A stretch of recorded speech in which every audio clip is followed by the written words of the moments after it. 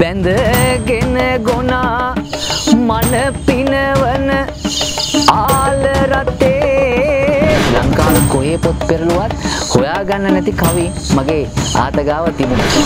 බැඳගෙන ගොනා මන පිනවන ආල රතේ ගමේ තිබුණු සුන්දර මතකයන් එක්කලා ඒ නම් කියන්නම අවැසි. මේ කවිය කියලා තියෙන මෙවන පලානේ ඉඳපු එක්තරා ගැමියෙක්. ඇත්තටම ගැමියා දුන්නේ උපදෙසක්. හැබැයි දුන්නේ වික්ෂුන් වහන්සේ නමකට. අද දින විනා කිසි දින නොයන් බුදු පුතේ.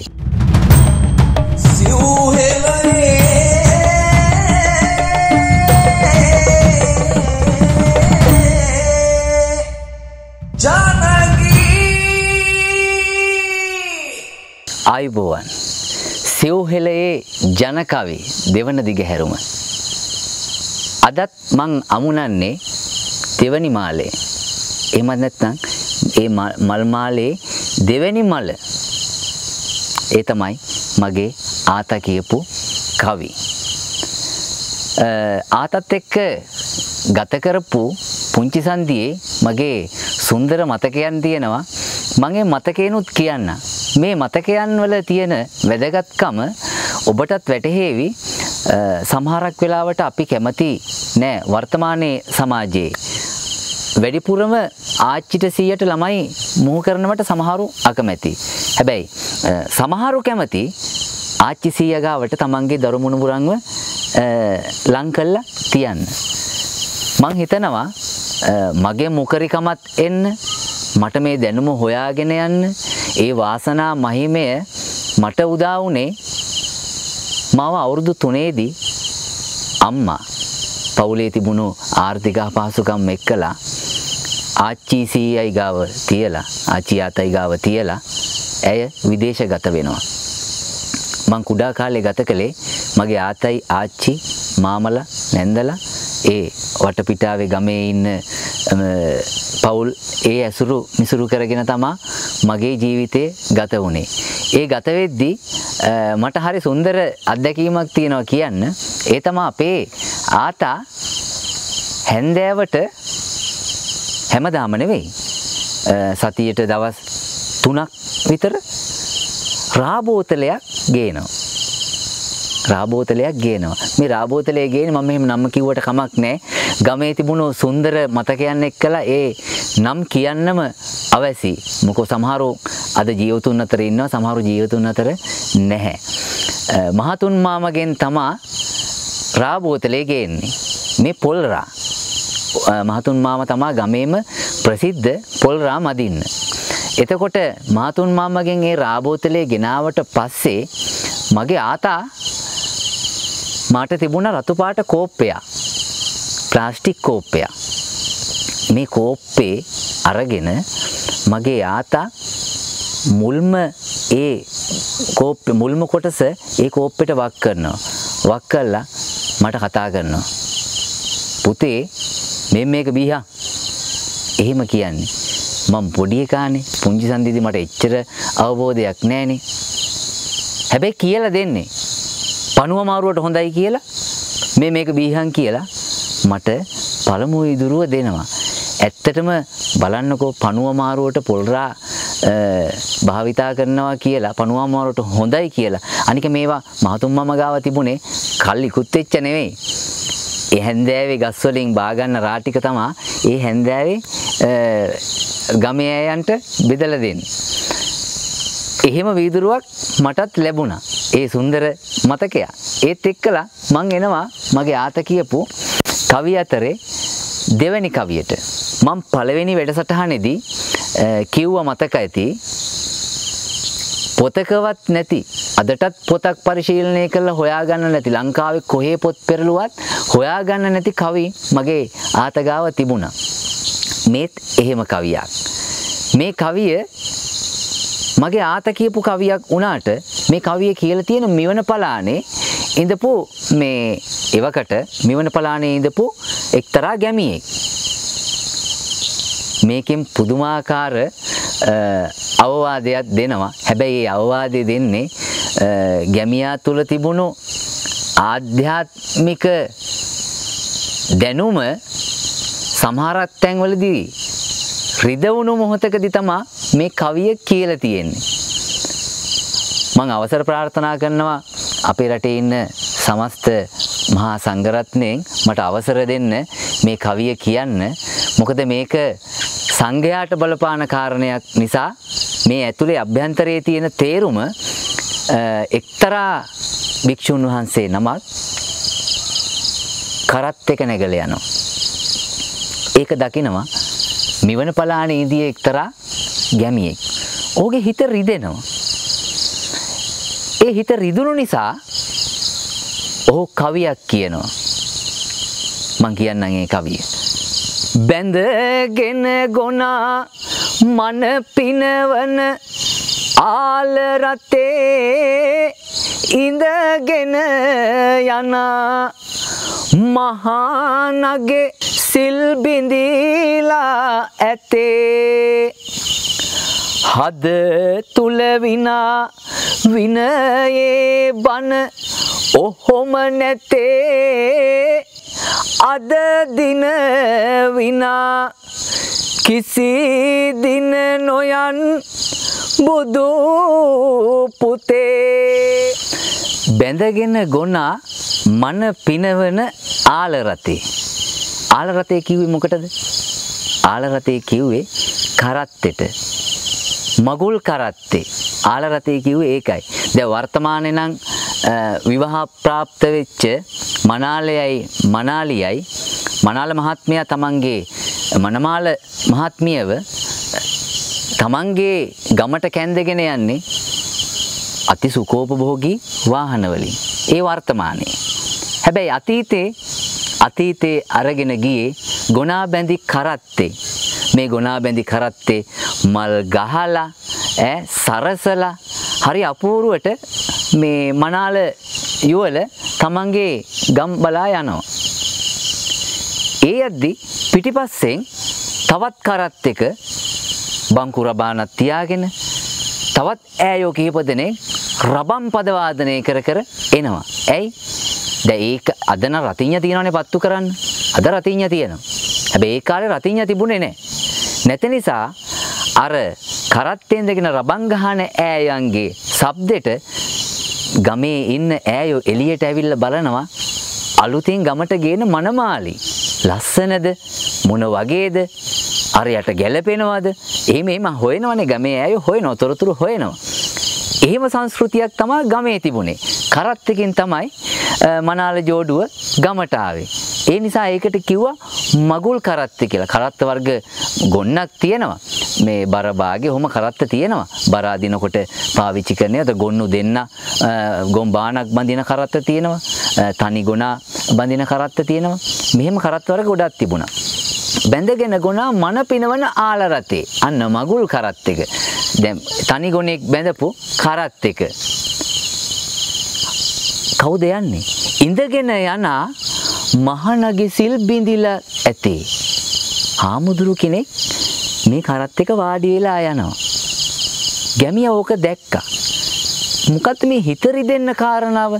දැන් අරහොම පරිභව කරන්න තරම් ඉඳගෙන යන මහනගේ සිල් බිඳිලා ඇතේ. හරි තදට කියනවා මේක. තද වචනයක් ඒක. ඇයි එහෙම තදට කියන්න තරම් ගැමියාගේ හිත රිදුනේ? හිත බිඳුනේ. මෙන්න මේ නිසා. හද තුල විනා විනයේ බන ඔහොම නැතේ. දැන් හිතින් හිතලා මට ගමන යන්න ඕනේ කියලා ගියාට බුදුහාමුදුරෝ විනය නීති පනවල තියෙන්නේ. භික්ෂූන් වහන්සේ කෙනෙක්ට ඉන්න ඕන විදිහ, තමන්ගේ වස්ත්‍ර පාවිච්චි කරගන්න විදිහ, සිවුර පාවිච්චි කරගන්න විදිහ, කන විදිහ, බොන විදිහ, පෙරහන් කඩේකින් වතුර පෙරලා බොන්න ඕන විදිහ, හැම දෙයක්ම විනය නීති පනවල තියෙන්නේ. කොටින්ම භික්ෂුන් වහන්සේ කෙනෙක්ට ගහක කොළයක් පවා කඩන්න තහනම්. ඒ තරම් බුදුරජාණන් වහන්සේ මේ පරිසරය ගැන හිතුවා. පරිසරයේ වාතය ලබා දෙන මේ ගහකොළ විනාශ කරන්න එපා නිකරුණේ අහේතුකව, හේතුවක් නැතුව. එහෙමයි විනය නීති පනවල. තව විනය නීති විනය පිටකේ නීති රීති ගණනාවක් තියෙනවා. මේ ගැමියා කියන්නේ හිතුමතේ ඔහොම ගියාට විනයේ බණ ඔහොම නැතේ. බුදුරජාණන් වහන්සේ විනය පිටකේ ඔහොම කියලා නැහැ. උසාසනවල වාඩි වෙන්න කියලා නැහැ. 이르දි ප්‍රාතිහාර්ය පහන එක තහනම් කරලා තියෙනවා. උඩින් මේ ගමන් කරන එක තහනම් කරලා තියෙනවා. ඔය යන්නේ වැරදි ගමන. ගැමියාගේ හිත රිදුනේ ඒකයි. බුදුහාමුදුරුවෝ කියපු දෙයින් එපිට යන්න එපා කියලා ගැමියා කියන්නේ. හැබැයි ਉਹ අහිංසක ඉල්ලීමක් කරනවා මේ කවිය අවසානයේ. මොකද්ද මේ අහිංසක ඉල්ලීම? අද දින විනා කිසි දින නොයන් බුදු පුතේ. අනේ හාමුදුරුවනේ හදිස්සියකට වෙන්නේ නැති. අද ඔහොම යන්නේ. අද ගියාට කමක් නැහැ. ආයේ කවමදාකවත් ඔහොම ගමන් නම් යන්න එපා. විනය නීති කඩන්න එපා. බුදුරජාණන් වහන්සේගේ දහමින් පිට යන්න එපා කියලා ගැමියා හරි ආයාචනාත්මක ස්වරූපයෙන් ඉල්ලීමක් කරනවා. බලන්න ගැමියා තුල බෞද්ධ දර්ශනය පිළිබඳව මනා දැනීමක් එන්නටත් හේතුපාදක උනේම ගමේ පන්සල. ගැමිය හැදුනේ පන්සලත් එක්කලා. ගමේ නායක හාමුදුරුවෝ තමා ගමේ උගත බවට පත් උනේ. 4 පොයට සිල් ගන්න තමන්ගේ උපාසක උපාසිකා මේ සියලු දෙනාටම වචනේ අර්ථයෙන් සංග්‍රහ කළේ ගමේ පන්සලේ හාමුදුරුවෝ. ඒ නිසා ජාතක කතා පොත දිග හැරගෙන ගමේ මිනිස්සුන්ට ජීවත් වෙන හැටි කියලා දුන්නා. බුදුරජාණන් වහන්සේගේ චරිතය ඇසුරෙන් ගමේ මිනිස්සුන්ට කියලා දුන්නා ජීවත් වෙන හැටි. ඒ නිසා වෙන්න ඇති යම් ප්‍රශ්නයක් වුණ වෙලාවක අනේ අපේ හාමුදුරුවනේ මට මෙහෙම ප්‍රශ්නයක් වුණා. එහෙම කියන සැනකින් අපේ හාමුදුරුවෝ නායක හාමුදුරුවෝ එහෙනම් මෙන්න මේක කරපන්. මෙන්න මේ දේ කරපන් ඒකට. ගැමියට කියලා දුන්නා. ජාතක කතා පොත අතට අරගෙන ඒක සජ්ජායනා කළා. හරි රසවත් ආකාරයට මිනිසුන්ගේ මනස රසයෙන් පිනවනවත් එක්කම දහමින් පිනෙව්වා. ඒ නිසා මේ මිනිසුන්ගේ හිත්වලට මේ දහම කාවැදුනා. ඒකයි අදටත් බුදුදහම ගැන මතක් කරනකොට බුදුදහමට යම්කිසි හානියක් වෙනවයි කියලා කියනකොටම මිනිස්සුන්ගේ මේ ලේන ආහාරවල තියෙන ඒ ගතිය කැකෑරිලා ඒක ඉස්මතු වෙලා පෙන්වන්නේ. ඉස්මතු වෙලා පේන්නේ. මිනිස්සු කැමති නේ අදටත් බුදුදහමට හානි වෙන කාර්යයක් කරනවට. ඒ නිසා ඒ කාලේ ගැමියා හරි දැනුවත් භාවයකින් හිටියේ. වර්තමානයේ වන විට ඒ දැනුවත් භාවයේ ක්‍රමක්‍රමයෙන් නැති වෙලා හීන වෙලා ගිහිල්ලා නැත්තටම නැති වෙලා දෝ කියලාත් හිතෙනවා. ඒ කියන්නේ මේ දහම ගැන තියෙන දැනුවත් භාවය ගැමියා තුල. ඒ නිසා මගේ ආත කියපු ඒ කවිය ඇත්තටම ගැමියා දුන්නේ උපදේශක්. හැබැයි දුන්නේ භික්ෂුන් වහන්සේ නමකට. ඒකයි මම මුලින්ම අවසර පැතුවේ සමස්ත සංඝයා වහන්සේලාගෙන් අවසර දෙන්න මට මේ කවිය කියන්න කියලා.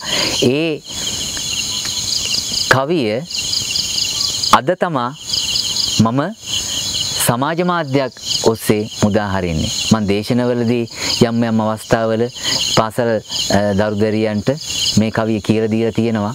මගේ ආත කියපු කවියක් නිසා මට මේක මතකේ තිබුණෙත් ඒකයි නිරන්තරයෙන් මම මේ කවිය භාවිතා කරපු නිසා. බලන ගැමියා තුළ තිබුණු ඒ අව්‍යාජ භාවය, ඒ ගැමි දහම ගැන ඔහුට තියෙන අවබෝධය, ඒ නිසා ඔහු හරි අහිංසකයි. ඒ නිසාම වෙන්නේ නැති අපේ රටේ සංස්කෘතිය මේ තරම් දුරට පරිහානියටපත් වෙන්න එක්තරා හේතුවක් වෙන්නේ නැත්තේ. ගැමියා හරි අහිංසකයි. ඔහු යම් දේවල් වලට මේ උරණ උනේ නැහැ. ආක්‍රමණ කොච්චර ආවද අපිට? ආක්‍රමණ ගැනලා නිම කරන්න බැරි ආක්‍රමණ ආවා. හැබැයි අපේ ගැමියෝ, අපේ මිනිස්සු ඒවා මතින් ඒවට මුහුණ දීලා ඒවා මගහරවාගෙන අටලෝ දහමට අනුව ජීවත් වෙන ඒ පුරුද්ද ප්‍රගුණ කළා. ඒ පුහුණුව ප්‍රගුණ කළා. ඒ නිසා වෙන්නේ නැති අදටත් ශේෂ වෙලා හරි අපේ සංස්කෘතියේ හරබර දේවල් අපිට කතා කරන්න අවස්ථාව ලැබිලා තියෙන. ඇත්තටම මම පුණ්‍යවන්තයි ජනකවිය ගැන පරිශන කරන්න තරම් හිතක් මට පහළ වෙච්ච එක ගැන. ඒ නිසා මගේ ආතගේ ඉඳන් මට මේ ඥානනය දුන්න, මට මේ දැනුම ලබා දුන්න ඒ ගුරු පරම්පරාවට මම වන්දනා කරනවා, පින් අනුමෝදන් කරනවා. මට මේ අවස්ථාව, ඒ කියන්නේ මේ අවස්ථා සම්පත්තිය ලැබෙන එකත් හරි වටිනවා.